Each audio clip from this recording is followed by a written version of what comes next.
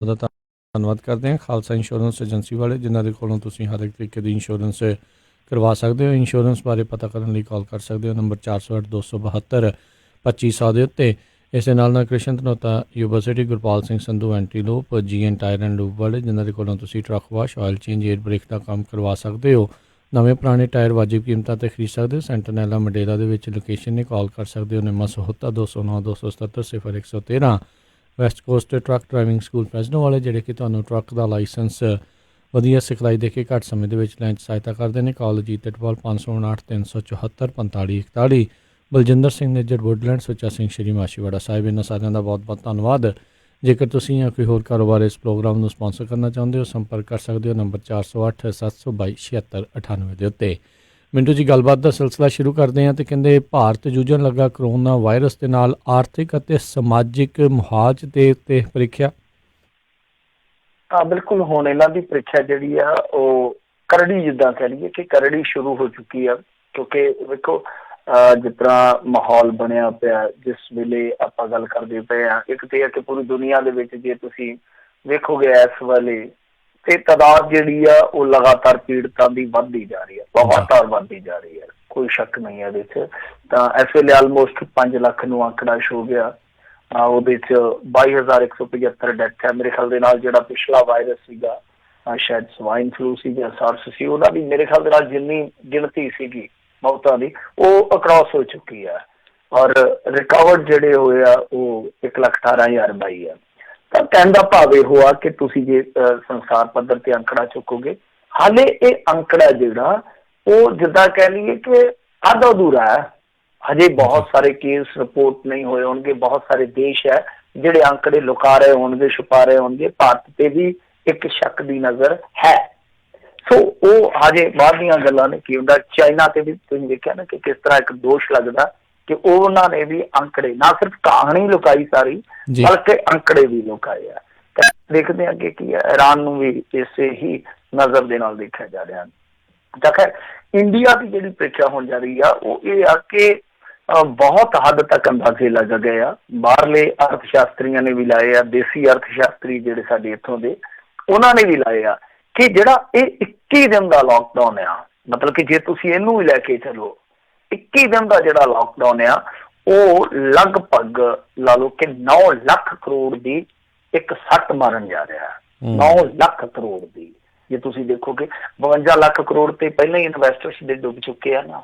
ਤੇ ਬਹੁਤ ਸਾਰੇ ਜਿਹੜੇ ਫੋਰਨ ਦੇ ਇਨਵੈਸਟਰ ਸੀਗੇ ਉਹ ਪਹਿਲਾਂ ਹੀ ਪਤਾ ਨਹੀਂ ਸ਼ਾਇਦ ਉਹਨਾਂ ਨੇ ਸਥਿਤੀਆਂ ਨੂੰ ਭਾਂਪ ਲਿਆ ਸੀਗਾ, ਉਹਨਾਂ ਨੇ ਰਕਮਾਂ ਕੱਢਣੀਆਂ ਸ਼ੁਰੂ ਕਰ ਦਿੱਤੀਆਂ ਸੀਗੀਆਂ। ਤਾਂ ਬਹੁਤ ਵੱਡਾ ਝਟਕਾ ਇਹ ਰਿਹਾ ਕਿ ਇੱਕ ਤੇ ਸ਼ੇਅਰ ਬਾਜ਼ਾਰ ਡੁੱਬ ਗਿਆ। ਫਿਰ ਉਸ ਤੋਂ ਬਾਅਦ ਦੂਸਰਾ ਝਟਕਾ ਇਹ ਲੱਗਣ ਜਾ ਰਿਹਾ ਵਾ ਕਿ ਸਿੱਧੇ ਤੌਰ ਤੇ ਅੰਦਾਜ਼ਾ ਹੈ 21 ਦਿਨ ਦੇ ਲੋਕਡਾਊਨ ਦਾ ਕਿ ਲਗਭਗ 9-10 ਲੱਖ ਕਰੋੜ ਰੁਪਈਆ ਗਿਆ।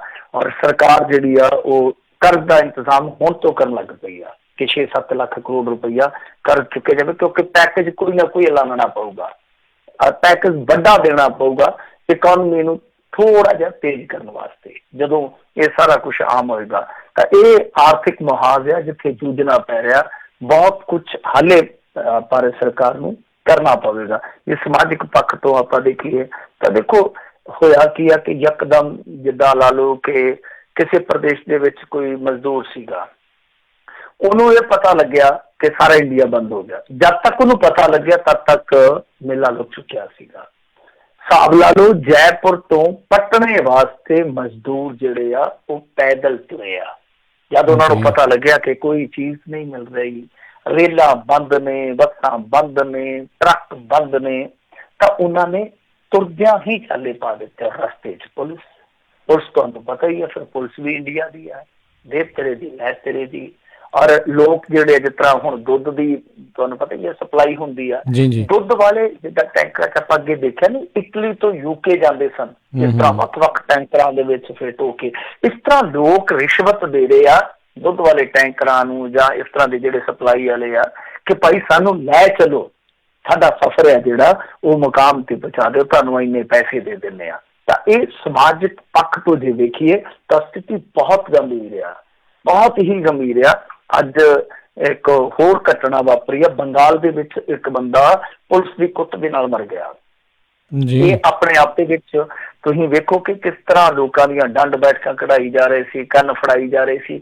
ਉੱਥੋਂ ਤੱਕ ਤੇ ਚਲੋ ਠੀਕ ਵੀ ਮੰਨਿਆ, ਪਰ ਉਸ ਤੋਂ ਬਾਅਦ ਜਿਸ ਤਰ੍ਹਾਂ ਪੰਜਾਬ ਦੀ ਪੁਲਿਸ ਖੁੱਲੀ, ਜਿਸ ਤਰ੍ਹਾਂ ਭਾਰਤ ਦੀ ਪੁਲਿਸ ਖੁੱਲੀ, ਹੁਣ ਇਸ ਤਰ੍ਹਾਂ ਦੀਆਂ ਖਬਰਾਂ ਆਉਣ ਲੱਗ ਪਈਆਂ ਕਿ ਸਮਾਜਿਕ ਮਾਹੌਲ ਤੇ ਇਹ ਆ ਕਿ ਇਹ ਜਿਹੜੇ ਲੋਕ ਆ ਜਿਹੜੇ ਇਸ ਤਰ੍ਹਾਂ ਦੀ ਜ਼ਿੰਦਗੀ ਮੇਰੇ ਖਿਆਲ ਦੇ ਨਾਲ ਬਹੁਤੇ ਲੋਕ ਕਦੇ ਜੀਵੇ ਹੀ ਨਹੀਂ ਹੋਣੇ ਇੰਡੀਆ ਦੇ, ਤਾਂ ਉਹ ਇਸ ਜ਼ਿੰਦਗੀ 'ਚ ਆਸਾਨੀ ਨਾਲ ਢਲ ਸਕਣਗੇ। ਇੱਕ ਤੇ ਆਰਥਿਕ ਸੱਟ ਹੈ ਹੀ ਹੈ, ਉਹਨੂੰ ਹਾਲੇ ਵੇਖਾਂਗੇ ਕਿ ਕਿੰਨਾ ਉਹ ਗਾਂਹ ਜਾ ਕੇ ਨੁਕਸਾਨ ਕਰਦੀ ਹੈ, ਪਰ ਦੂਸਰੇ ਪਾਸੇ ਇਹ ਇੰਨੀ ਵੱਡੀ ਵਸੋਂ ਆ, ਇੰਨੀ ਵੱਡੀ ਜਿਹੜੀ ਆਬਾਦੀ ਆ ਕਿ ਉਹ ਇਸ ਜੀਵਨ ਦੇ ਵਿੱਚ ਢਲ ਸਕੇਗੀ ਜੋ ਜੀਵਨ ਜਿਹੜਾ ਯਕਦਮ ਉਹਨਾਂ ਨੂੰ ਜੀਣਾ ਪੈ ਰਿਹਾ। ਇਹ ਇੱਕ ਵੱਡੀ ਪ੍ਰੀਖਿਆ। ਤਾਂ ਖਬਰਾਂ ਜਿਹੜੀਆਂ ਉਹ ਆ ਰਹੀਆਂ ਚਫੇਰੀ ਆ ਰਹੀਆਂ। ਵੈਸੇ ਜੇ ਵੇਖੀਏ ਆਪਾਂ ਤਾਂ ਪਾਕਿਸਤਾਨ ਦੇ ਵਿੱਚ ਵੀ ਕਰੋਨਾ ਦੇ ਨਾਲ 8 ਮੌਤਾਂ ਹੋ ਗਈਆਂ, ਮਰੀਜ਼ਾਂ ਦੀ ਗਿਣਤੀ 1000 ਤੋਂ ਟੱਪ ਗਈ ਆ। ਫਿਰ ਅਮਰੀਕਾ 'ਚ ਵੀ ਦੱਸਦੇ ਆ ਕਿ ਗਿਣਤੀ ਹੈ ਜਿਹੜੀ 1000 ਤੋਂ ਉੱਤੇ ਆ।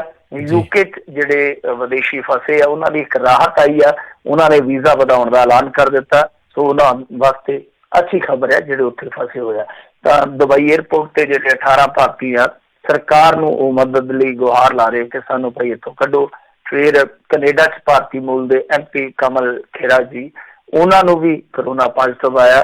ਇਸ ਤੋਂ ਇਲਾਵਾ ਮਸ਼ਹੂਰ ਸ਼ੈਫ ਫਲਾਈਡ ਕਾਰਡੋਸ, ਉਹਨਾਂ ਨੂੰ ਵੀ ਕਰੋਨਾ ਹੋਇਆ ਸੀਗਾ, ਜਿਹੜਾ ਕਿ ਮੁੜ ਕੇ ਉਹਨਾਂ ਵਾਸਤੇ ਮੌਤ ਦਾ ਕਹਿ ਲਓ ਜਾਂ ਕਾਲ ਦਾ ਕਹਿ ਲਓ ਰੂਪ ਬਣ ਗਿਆ ਜੀ। ਤਾਂ ਜੇ ਭਾਰਤ ਦੀ ਗੱਲ ਕਰੀਏ 649 ਕੇਸਾਂ ਦੀ ਗਿਣਤੀ ਆ 6:30 ਵਜੇ ਤੱਕ, ਸ਼ਾਮ ਦੇ 6:30 ਵਜੇ ਤੱਕ, ਕਿਉਂਕਿ ਲਗਾਤਾਰ ਵੱਧਦੇ ਘਟਦਾ ਕੰਮ, ਘਟਦਾ ਤਾਂ ਘੱਟ ਹੀ ਹੈ, ਮਤਲਬ ਕਿ ਵੱਧਦਾ ਜ਼ਿਆਦਾ ਹੀ ਹੈ। ਤਾਂ ਫਿਰ ਕਸ਼ਮੀਰ ਦੇ ਵਿੱਚ ਅੱਜ ਪਹਿਲੀ ਮੌਤ ਹੋਈ ਆ, ਪਰ ਮ੍ਰਿਤਕ ਨੇ ਸਾਰਿਆਂ ਦੇ ਵਿਚਾਰ ਕੰਮ ਮਚਾ ਦਿੱਤਾ, ਕਿਉਂਕਿ ਉਹ ਯੂਪੀ ਤੱਕ ਘੁੰਮਦਾ ਰਿਹਾ, ਦੇਵਬੰਦ ਤੱਕ, ਸਹਾਰਨਪੁਰ ਤੱਕ, ਪਤਾ ਨਹੀਂ ਕਿੱਥੇ ਕਿੱਥੇ ਵਾਪਸ ਕਸ਼ਮੀਰ ਆਇਆ।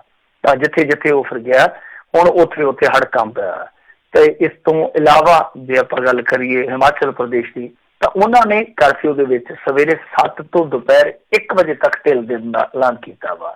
ਇੱਕ ਮੇਰੇ ਖਿਆਲ ਦੇ ਨਾਲ ਚੰਗੀ ਚੀਜ਼ ਆ। ਔਰ ਜੰਮੂ ਕਸ਼ਮੀਰ ਸਤਰਕ ਹੋ ਗਿਆ, ਚੌਕੰਨਾ ਹੋ ਗਿਆ। ਹੁਣ ਉਹਨਾਂ ਨੇ ਕੀ ਕੀਤਾ ਕਿ ਜਿਹੜਾ ਵੀ ਕਸ਼ਮੀਰ ਦੇ ਵਿੱਚ ਐਂਟਰ ਹੁੰਦਾ ਬੰਦਾ, ਉਹਦੀ ਪਹਿਲਾਂ ਜਾਂਚ ਪੜਤਾਲ ਕਰਦੇ ਆ, ਉਹਨੂੰ ਫਿਰ ਉਹ ਨਿਗਰਾਨੀ ਵਾਸਤੇ ਰੱਖਦੇ, ਉਸ ਤੋਂ ਬਾਅਦ ਹੀ ਜੰਮੂ ਕਸ਼ਮੀਰ 'ਚ ਐਂਟਰ ਹੋਣ ਦੇ ਰਹੇ ਆ। ਤੇ ਜੇ ਪੰਜਾਬ ਵੱਲ ਗੱਲ ਕਰੀਏ ਤਾਂ ਇੱਥੇ ਅੱਜ 2 ਮਰੀਜ਼ ਹੋਰ ਆਏ ਆ, ਤਾਂ ਗਿਣਤੀ ਹੋ ਗਈ ਆ 33। ਪਰ ਇਹਦੇ ਵਿੱਚ ਇੱਕ ਅੱਛੀ ਖਬਰ ਜਿਹੜੀ ਆ ਪੰਜਾਬ ਦੇ ਪੱਖ ਤੋਂ ਉਹ ਇਹ ਆ ਕਿ ਹੁਣ ਥੋੜਾ ਜਿਹਾ ਕਰਵ ਜਿਹੜਾ ਆ ਉਹ ਡਿਕਲਾਈਨ ਹੋ ਰਿਹਾ, ਕਿਉਂਕਿ ਇੱਕ ਮੌਕਾ ਐਸਾ ਆਇਆ ਸੀਗਾ ਜਿਸ ਦਿਨ 11 ਕੇਸ ਜਿਹੜੇ ਸਨ ਨਵੇਂ ਆਏ ਸੀਗੇ। ਤਾਂ ਬਹੁਤ ਵੱਡਾ ਅੰਕੜਾ ਸੀਗਾ, 11 ਕੇਸ ਇੱਕੇ ਦਿਨ ਆ ਗਏ ਸੀ। ਮੇਰੇ ਖਿਆਲ ਦੇ ਨਾਲ 21 ਜਾਂ 23 ਮਾਰਚ ਦੀ ਗੱਲ ਆ।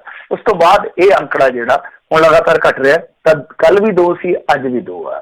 ਤਾਂ ਉਮੀਦ ਕਰਦੇ ਹਾਂ ਕਿ ਆਉਣ ਵਾਲੇ ਦਿਨਾਂ ਦੇ ਵਿੱਚ ਇਹ ਕਰਵ ਹੈ ਜਿਹੜਾ ਬਿਲਕੁਲ ਹੀ ਡਿਕਲਾਈਨ ਹੋ ਜਾਏਗਾ। ਤਾਂ ਦੂਜੇ ਪਾਸੇ ਜੇ ਹੋਰ ਚੀਜ਼ਾਂ ਤੇ ਝਾਤ ਪਾਈਏ ਤਾਂ ਜਲੰਧਰ 'ਚ ਅੱਜ ਇੱਕ ਔਰਤ ਦਾ ਕਰੋਨਾ ਵਾਇਰਸ ਜਿਹੜਾ ਟੈਸਟ ਸੀਗਾ ਉਹ ਪॉजिटिव ਆਇਆ। ਫਿਰ ਪਠਲਾਵਾ ਦਾ ਇੱਕ ਹੋਰ ਮਰੀਜ਼ ਆ ਗਿਆ। ਉੱਥੇ ਲਾਗੇ ਪਾਸੇ ਜਿਹੜੇ 4 ਪਿੰਡ ਸੀਗੇ ਹੋਰ ਸੀਲ ਕਰ ਦਿੱਤੇ ਗਏ। SGPC ਵੱਲੋਂ ਆਪਣਾ ਬਜਟ ਇਜਲਾਸ ਸੀਗਾ ਜਿਹੜਾ ਮੁਲਤਵੀ ਕਰ ਦਿੱਤਾ ਗਿਆ ਕਰਫਿਊ ਕਾਰਨ। ਸ੍ਰੀ ਦਰਬਾਰ ਸਾਹਿਬ ਦੇ ਵਿੱਚ ਜਿਹੜੇ ਸ਼ਰਧਾਲੂ ਰੁਕੇ ਹੋਏ ਸਨ ਉਹਨਾਂ ਨੂੰ ਘਰੋਂ ਘਰ ਹੀ ਅਪੜਦਾ ਕਰਨ ਵਾਸਤੇ 5 ਬੱਸਾਂ ਜਿਹੜੀਆਂ ਉਹ ਰਵਾਨਾ ਕੀਤੀਆਂ ਗਈਆਂ।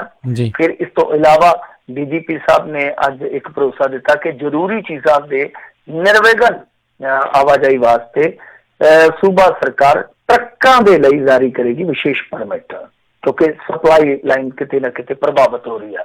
ਕਰਫਿਊ ਦੌਰਾਨ ਕੁਝ ਲੋਕਾਂ ਨੂੰ ਦੁੱਧ, ਦਵਾਈਆਂ ਤੇ ਹੋਰ ਜਿਹੜੀਆਂ ਖਾਣ ਪੀਣ ਦੀਆਂ ਵਸਤੂਆਂ ਹੁੰਦੀਆਂ ਉਹਨਾਂ ਲਈ ਜੂਝਣਾ ਪੈ ਰਿਹਾ। ਪੰਜਾਬ ਦੇ ਬਹੁਤ ਸਾਰੇ ਹਿੱਸੇ ਆ, ਬਹੁਤ ਸਾਰੇ ਐਸੇ ਇਲਾਕੇ ਆ ਜਿੱਥੋਂ ਲੋਕ ਵੀਡੀਓ ਪਾ ਰਹੇ ਆ, ਜਿੱਥੋਂ ਲੋਕ ਤਰਾਹੀ ਕਰ ਰਹੇ ਆ।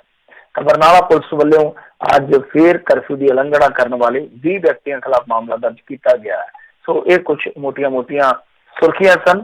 ਬਾਕੀ ਤੁਹਾਨੂੰ ਪਤਾ ਹੀ ਹੈ ਕਿ ਅੱਜ ਜੇ ਆਪਾਂ ਵੇਖੀਏ ਤਾਂ ਸਭ ਤੋਂ ਵੱਡੀ ਸੁਰਖੀ ਹੈ ਹੀ ਕਰੋਨਾ। ਇਹਦੇ ਵਿੱਚੋਂ ਹੀ ਸੁਰਖੀਆਂ ਅੱਗੇ ਨਿਕਲੀ ਆਉਂਦੀਆਂ। ਜੀ ਬਿਲਕੁਲ। ਅਗਲੀ ਜਿਹੜੀ ਇਸ ਨਾਲ ਹੀ ਸੰਬੰਧਿਤ ਜੇ ਗੱਲ ਕਰੀਏ ਤਾਂ ਕਹਿੰਦੇ ਵਿੱਤ ਮੰਤਰੀ ਵੱਲੋਂ ਗਰੀਬਾਂ ਦੇ ਲਈ 1,70,000 ਕਰੋੜ ਦੇ ਪੈਕੇਜ ਦਾ ਐਲਾਨ। ਹਾਂਜੀ, ਇਹ ਇੱਕ ਬਹੁਤ ਦਿਨਾਂ ਦਾ ਕਹਿ ਲਈਏ ਕਿ ਪੈਕੇਜ ਐਲਾਨਿਆ ਜਾ ਰਿਹਾ ਸੀਗਾ ਕਿ ਅੱਜ ਐਲਾਨ ਹੋ ਸਕਦਾ, ਕੱਲ ਹੋ ਸਕਦਾ, ਪਰਸੋਂ ਹੋ ਸਕਦਾ। ਉਧਰ ਉਡੀਕਿਆ ਵੀ ਜਾ ਰਿਹਾ ਸੀਗਾ ਕਿ ਅੱਜ ਆਊਗਾ, ਕੱਲ ਆਊਗਾ।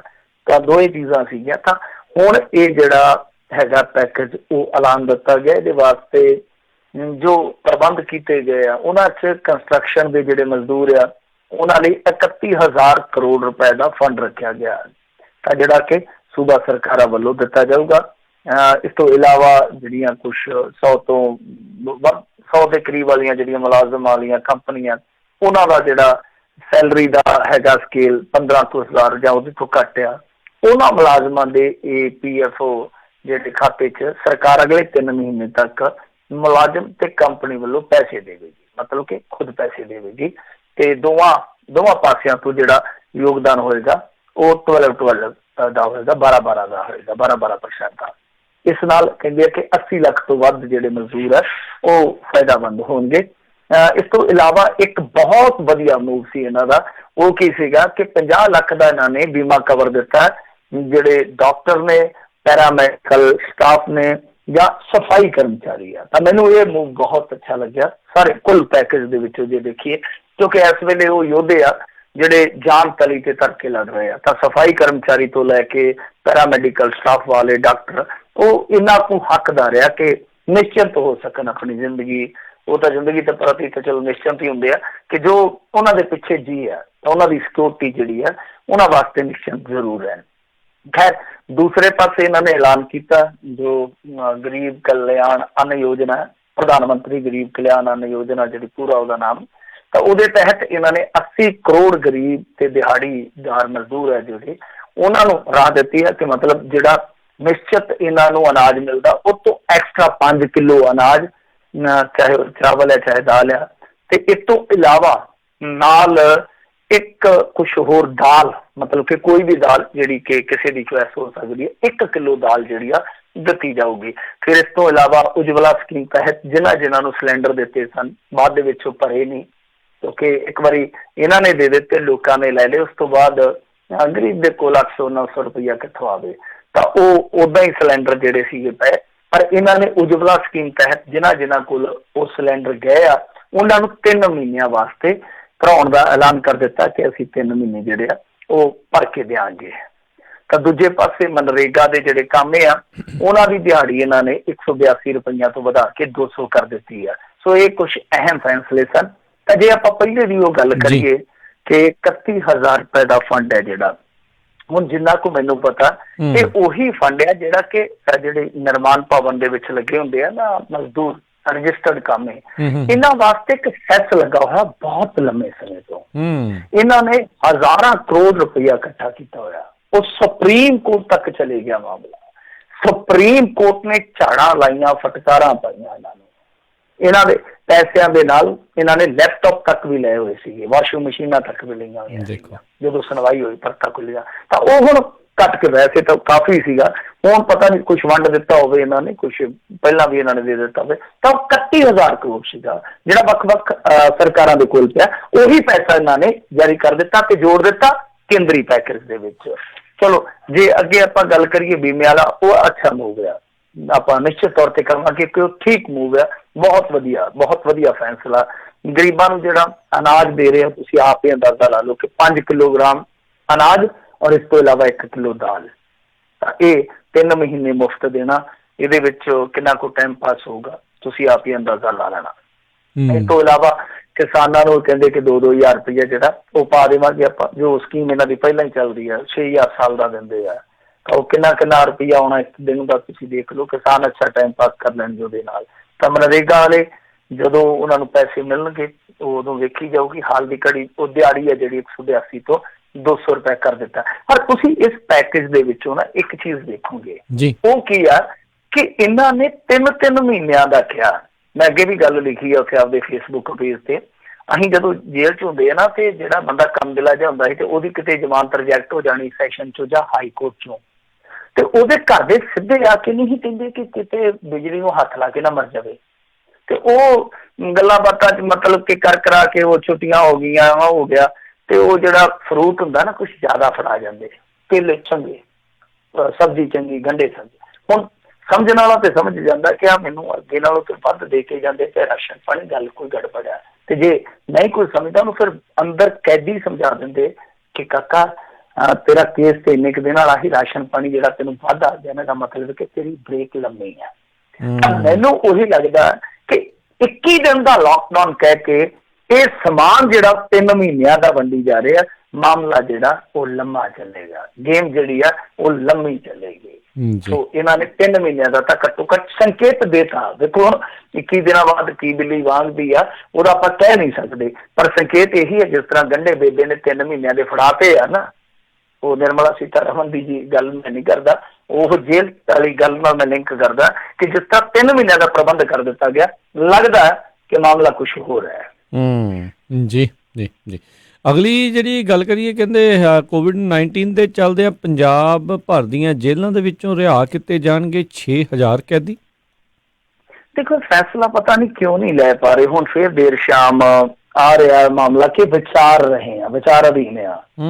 ਪਹਿਲਾਂ ਇਸ ਤਰ੍ਹਾਂ ਸੰਕੇਤ ਆ ਗਿਆ ਕਿ ਹੋ ਗਿਆ ਫੈਸਲਾ ਜੀ, ਤਾਂ ਜਿਹੜੇ ਹੈਗੇ ਆ ਜੇਲ੍ਹ ਮੰਤਰੀ ਸੁਖਜਿੰਦਰ ਸਿੰਘ ਰੰਧਾਵਾ ਜੀ, ਉਹ ਵੀ ਕਾਫੀ ਦਿਨਾਂ ਤੋਂ ਇਸ ਚੀਜ਼ ਦੀ ਚਰਚਾ ਕਰਦੇ ਰਹੇ ਆ ਮੀਡੀਆ ਦੇ ਕੋਲ ਕਿ ਹਾਂਜੀ ਅਸੀਂ ਇਸ ਤਰ੍ਹਾਂ ਦਾ ਫੈਸਲਾ ਲੈ ਸਕਦੇ ਹਾਂ, ਪਰ ਕਿਉਂ ਨਹੀਂ ਲੈ ਪਾ ਰਹੇ? ਕਿਉਂਕਿ ਹਰਿਆਣੇ ਵਾਲਿਆਂ ਨੇ ਤੇ ਇੱਕੋ ਝਟਕੇ 'ਚ ਕਰ ਮਾਰਿਆ। ਸੁਪਰੀਮ ਕੋਰਟ ਨੇ ਹਰੀ ਝੰਡੀ ਦੇ ਰੱਖੀ ਹੈ, ਉਹਨਾਂ ਨੇ ਕਿਹਾ ਕਿ ਹਾਈ ਪਾਵਰ ਕਮੇਟੀਆਂ ਬਣਾਓ ਤੇ ਇਸ ਤੇ ਫੈਸਲਾ ਲੈ ਕੇ ਭਾਈ ਜਿਹੜੇ ਕੈਦੀ ਕੱਢਣ ਵਾਲੇ ਕੱਢ ਕੇ ਪਰੇ ਮਾਰੋ। ਸਾਡੇ ਪੰਜਾਬੀਆਂ ਜੇਲ੍ਹਾਂ 'ਚ ਇੱਕੋ ਝਟਕੇ 'ਚ 6-7 ਹਜ਼ਾਰ ਕੈਦੀ ਬਾਹਰ ਆਉਂਦਾ ਹੈ। ਓਵਰ ਕਪੈਸਿਟੀ ਕੈਦੀਆਂ ਨਾਲ ਤੁਹਾਨੂੰ ਪਤਾ ਜੇਲ੍ਹਾਂ ਜਿਹੜੀਆਂ ਪੂਰੀਆਂ ਭਰੀਆਂ ਪਈਆਂ, ਪੁੰਨੀਆਂ ਪਈਆਂ, ਤਾਂ ਉਹਦੇ ਵਿੱਚੋਂ ਜੇ ਭੀੜ ਘਟੂਗੀ ਉਹਦਾ ਫਾਇਦਾ ਕੀ ਆ ਕਿ ਇੱਕ ਤੇ ਤੁਸੀਂ ਚਲੋ ਉਹਨਾਂ ਦੀ ਸੇਫਟੀ ਦਾ ਖਿਆਲ ਬਿਹਤਰ ਰੱਖ ਸਕਦੇ ਹੋ, ਦੂਜਾ ਇਹ ਆ ਕਿ ਸਿਕਿਉਰਿਟੀ ਦਾ ਜਿਹੜਾ ਕੰਸਰਨ ਹੁੰਦਾ ਜੇਲ੍ਹਾਂ ਦਾ, ਉਹ ਵੀ ਕੁਛ ਹੱਦ ਤੱਕ ਇਸ ਮਾਮਲੇ ਦੇ ਨਾਲ ਹੱਲ ਹੋਊਗਾ। ਜਿੰਨੇ ਕੈਦੀ ਘੱਟ ਹੋਣਗੇ ਤੁਸੀਂ ਉਹਨਾਂ ਤੇ ਨਿਗਾਹ ਜਿਹੜੀ ਉਹ ਆਸਾਨੀ ਦੇ ਨਾਲ ਰੱਖ ਸਕਦੇ ਹੋ। ਤਾਂ ਉੱਥੇ ਛੱਡਣੇ ਕਿਹੜੇ ਆ? ਚੈਨੀ ਚੋਰ, ਚੱਪਲ ਚੋਰ, ਚਵੰਨੀ ਚੋਰ, ਫਲਾਣਾ ਚੋਰ, ਉਹ ਜਿਹੜੇ ਛੋਟੇ ਮੋਟੇ ਕੈਦੀ ਆ ਜਿਨ੍ਹਾਂ ਦੀ ਸਜ਼ਾ ਕੋਈ 2 ਮਹੀਨੇ ਰਹਿੰਦੀ, 4 ਮਹੀਨੇ, ਜਾਂ ਕੋਈ ਜੁਰਮਾਨੇ ਖੋਣ ਉੱਥੋਂ ਅਟਕਿਆ ਪਿਆ, ਉਹਨੂੰ ਕੱਢ ਕੇ ਬਾਹਰ ਮਾਰੋ। ਨਾਲੇ ਤਾਂ ਤੁਹਾਡੀਆਂ ਰੋਟੀਆਂ ਦਾ ਬੋਝ ਘਟੇ, ਨਾਲੇ ਆਹ ਬਿਮਾਰੀ ਦਾ ਡਰ ਘਟੇ, ਨਾਲੇ ਕੋਈ ਅਗਲਾ ਘਰ ਜਾ ਕੇ 4 ਪੈਸੇ ਕਮਾਵੇ, ਕੋਈ GDP ਦੇ ਵਿੱਚ ਕੋਈ ਸਹਿਯੋਗ ਕਰੇ, ਕੰਟਰੀਬਿਊਟ ਕਰੇ। ਕੀ ਪੈਦਾ ਉੱਥੇ? ਮੈਂ ਇਸ ਤਰ੍ਹਾਂ ਦੇ ਵੇਖੇ ਆ ਬੰਦੇ ਜਿਨ੍ਹਾਂ ਨੂੰ ਸਜ਼ਾ ਤੇ ਹੋਣੀ ਹੁੰਦੀ ਹੈ 2 ਸਾਲ ਬਾਅਦ, 2 ਸਾਲ ਹੋਣੀ ਹੁੰਦੀ ਹੈ ਵੱਧ, ਤਾਂ ਉਹ 4 ਸਾਲਾਂ ਬਾਅਦ ਫੈਸਲੇ ਤੇ ਪਹੁੰਚਦੇ ਆ। ਪਿੱਛੇ ਕੋਈ ਗਰੀਬਾਂ ਦੇ ਆਉਂਦਾ ਨਹੀਂ। 4 ਸਾਲਾਂ ਬਾਅਦ ਜਦੋਂ ਟਰਾਇਲ ਪੂਰਾ ਹੁੰਦਾ, 3 ਸਾਲਾਂ ਬਾਅਦ ਟਰਾਇਲ ਪੂਰਾ ਹੁੰਦਾ, ਜੱਜ ਕਹਿੰਦਾ ਕਿ ਤੁਸੀਂ ਤਾਂ ਕੱਟ ਚੁੱਕੇ ਹੋ, ਕਿਉਂ ਭੱਜੋ? ਤਾਂ ਜਿਹੜਾ ਸਾਲ, 6 ਮਹੀਨੇ, 1.5 ਸਾਲ, 2 ਸਾਲ ਵੱਧ ਕੱਟ ਗਿਆ ਬੰਦਾ, ਉਹਦੀ ਦੁਆਰ ਕੋਈ ਨਹੀਂ, ਕੋਈ ਉਹਦੀ ਦਾਦ ਫਰਿਆਦ ਨਹੀਂ, ਕੋਈ ਉਹਦਾ ਮੁਆਵਜ਼ਾ ਨਹੀਂ ਹੈ। ਤਾਂ ਇਹ ਜਿਹੜੀਆਂ ਜੇਲ੍ਹਾਂ ਦੀਆਂ ਕਹਾਣੀਆਂ ਨੇ ਬਹੁਤ ਲੰਮੀਆਂ ਚੌੜੀਆਂ, ਤਾਂ ਮੇਰੇ ਖਿਆਲ ਦੇ ਨਾਲ ਪੰਜਾਬ ਸਰਕਾਰ ਨੂੰ ਫੈਸਲਾ ਕਰ ਲੈਣਾ ਚਾਹੀਦਾ। ਪਰ ਦੂਜੇ ਪਾਸੇ ਇਹ ਹੁੰਦਾ ਕਿ ਜਿੰਨੇ ਇਹਨਾਂ ਦੇ ਕੋਲ ਕੈਦੀ ਜ਼ਿਆਦਾ ਹੋਣਗੇ, ਨਾਗ ਜ਼ਿਆਦਾ ਹੋਣਗੇ, ਲੱਸੀ ਪਾਣੀ ਜ਼ਿਆਦਾ ਬਣ ਜਾਂਦਾ ਬਣਾਉਣਾ ਚਾਹੀਦਾ। ਜੀ ਜੀ ਜੀ। ਅਗਲੀ ਜਿਹੜੀ ਗੱਲ ਕਰਦੇ, ਕਹਿੰਦੇ ਡਿਊਟੀ ਤੇ ਆ ਰਹੇ ਫਾਇਰ ਬ੍ਰਿਗੇਡ ਦੇ ਮੁਲਾਜ਼ਮ ਦਾ ਪੁਲਿਸ ਨੇ ਚਾੜਿਆ ਕੁਟਾਪਾ, ਥਾਣੇਦਾਰ ਸਸਪੈਂਡ। ਪਹਿਲੋਂ ਲੋਕ ਬੜੀਆਂ ਤਾੜੀਆਂ ਮਾਰਦੇ ਸੀ, ਇਹ ਕੁਛ ਤਾਂ ਹੋਣਾ ਹੀ ਸੀ ਲੱਗਦਾ। ਹਾਂਜੀ ਹਾਂਜੀ ਹਾਂਜੀ, ਇਹ ਬਿਲਕੁਲ ਇਹਨਾਂ ਨੂੰ ਝੁਮਲਾਉਣਾ ਨਹੀਂ ਚਾਹੀਦਾ। ਪੰਜਾਬ ਪੁਲਿਸ ਆ, ਇਹ ਉਹ ਪੁਲਿਸ ਆ ਮੁੜ ਕੇ ਜਿਹੜੇ ਮੋਢੇ ਤੇ ਰੱਖ ਕੇ ਤੁਸੀਂ ਚਲਾਓਗੇ ਉਸੇ ਮੋਢੇ ਨੂੰ ਮੁੜ ਕੇ ਬੈਕਫਾਇਰ ਕਰਕੇ ਲੈ ਜਾਂਦੀ ਆ। ਤਾਂ ਇਹ ਪੁਲਿਸ ਜਿਹੜੀ ਆ ਮੱਛਰ ਗਈ, ਚੰਬਲ ਗਈ, ਜਿਸ ਤਰ੍ਹਾਂ ਜਲੀਲ ਕਰ ਰਹੀ ਸੀ, ਕੁੱਟ ਰਹੀ ਸੀਗੀ, ਉਤੋਂ ਗਾਂਹ ਵੀ ਚਲੇ ਗਈ। ਤੁਸੀਂ ਅੰਮ੍ਰਿਤਸਰ ਦੇ ਵਿੱਚ ਵੇਖਿਆ ਹੋਣਾ ਕਿ ਆਪਣੀ ਵਾਈਫ, ਉਹਦੀ ਪ੍ਰੈਗਨੈਂਸੀ ਮੁੰਡੇ ਦੀ, ਮੁੰਡਾ ਵੀ ਹੌਲੀ ਜਿਹੀ ਉਮਰ ਦਾ ਸੀ, ਦਵਾਈ ਦਵਾਉਣ ਉਹਨੂੰ ਚੱਲਿਆ ਸੀਗਾ। ਪੁਲਿਸ ਨੇ ਇੰਨੀ ਬੁਰੀ ਤਰ੍ਹਾਂ ਕੁੱਟਿਆ, ਇੰਨੀ ਬੁਰੀ ਤਰ੍ਹਾਂ ਕੁੱਟਿਆ, ਮੁੰਡਾ ਹਸਪਤਾਲ ਦੇ ਵਿੱਚ ਜ਼ੇਰੇ ਇਲਾਜ ਆ। ਤੇ ਦੂਜੇ ਪਾਸੇ ਬਠਿੰਡੇ ਦੇ ਵਿੱਚ ਆ ਜਿਹੜੇ ਟਾਵਰ ਵਾਲੇ ਤਕਨੀਸ਼ੀਅਨ ਹੁੰਦੇ ਆ ਵਿਚਾਰੇ, ਕੋਲ ਉਹਨਾਂ ਦੇ ਆਇਡੈਂਟੀ ਕਾਰਡ ਸਭ ਕੁਛ, ਉਹ ਕੁੱਟ ਕੱਟੇ। ਉਹਨਾਂ ਦਾ ਕੀ ਕਸੂਰ? ਹੁਣ ਜਿਹੜੀਆਂ ਤੁਸੀਂ ਵੀਡੀਓ ਪਾਉਂਦੇ ਜੇ, ਕੀ ਗੱਲ ਵੈਟਰਸ ਵਾਲੇ ਉਹ ਘੁੱਗੂ ਦੇ ਨਾਲ ਥੋੜੀ ਨਹੀਂ ਚੱਲਦੀਆਂ, ਉਹ ਫੇਸਬੁੱਕ ਤੇ ਜਿਹੜੀਆਂ ਵੀਡੀਓ ਜਾਂਦੀਆਂ ਉਹ ਤਕਨੀਸ਼ੀਅਨਾਂ ਕਰਕੇ ਚੱਲਦੀਆਂ ਨੇ, ਕਿਉਂਕਿ ਟਾਵਰਾਂ ਦਾ ਸਾਰਾ ਕੰਮ ਉਹ ਦੇਖਦੇ ਨੇ। ਇਹਨਾਂ ਡੰਗਰਾਂ ਨੂੰ ਨਹੀਂ ਪਤਾ ਹੋਣਾ ਕਿ ਉਹਨਾਂ ਦਾ ਕੰਮ ਕੀ ਆ। ਸਫਾਈ ਕਰਮਚਾਰੀ ਵਿਚਾਰਾ, ਉਹਦੀ ਇੱਕ ਬਾਂਹ ਤੋੜਤੀ ਇਹਨਾਂ ਨੇ। ਸਫਾਈ ਕਰਮਚਾਰੀ ਦੱਸੋ ਸਫਾਈ ਕਿੰਨੇ ਕਰਨੀ ਹੈ? ਜਦ ਝਾੜੂ ਵੀ ਫੜ ਲਓ, ਸਫਾਈ ਵੀ ਕਰੀ ਚੱਲੋ। ਫਿਰ ਡਾਕਟਰਾਂ ਦੇ ਨਾਲ ਪੰਗਾ ਪੈ ਗਿਆ ਇਹਨਾਂ ਦਾ। ਡਾਕਟਰ ਕਹਿੰਦੇ ਆਹ ਚੱਕੋ, ਅਸੀਂ ਘਰ ਨੂੰ ਚੱਲੇ, ਸਾਂਭੋ, ਹਸਪਤਾਲ ਵੀ ਸਾਂਭ ਲਓ। ਤੁਸੀਂ ਸਾਨੂੰ ਵੀ ਨਹੀਂ ਜਾਣਦੇ ਰਹੇ। ਕੈਮਿਸਟ ਸ਼ਾਪ ਜਿਹੜੀ ਚਲਾਉਂਦੇ ਆ, ਉਹਨਾਂ ਦੇ ਜਿਹੜੇ ਆਗੂ ਆ ਉਹ ਤਪੇ ਪਏ। ਉਹਨਾਂ ਆਖਿਆ ਕਿ ਅਸੀਂ ਦਵਾਈ ਦੇਣੀ ਬੰਦ ਕਰ ਦੇਣੀ ਆ ਜੇ ਤੁਸੀਂ ਜਿਹੜਾ ਤੁਸੀਂ ਪਾਵਰ ਦਾ ਮਿਸਯੂਜ਼ ਕਰਦੇ ਹੋ ਨਾ, ਜੇ ਤੁਸੀਂ ਨਾ ਹਟੇ ਅਸੀਂ ਦਵਾਈ ਨਹੀਂ ਦੇਣੀ, ਦਵਾਈ ਵੀ ਤੁਸੀਂ ਆਪੇ ਦਿਓ। ਇਸ ਤਰ੍ਹਾਂ ਦੀਆਂ ਘਟਨਾਵਾਂ ਫਰੀਦਕੋਟ ਦੇ ਵਿੱਚ ਇੱਕ ਵਿਅਕਤੀ ਆਪਣੇ ਬੱਚੇ ਨੂੰ ਕੁਛੜ ਚੁੱਕੀ ਨਹੀਂ ਜਾਂਦਾ।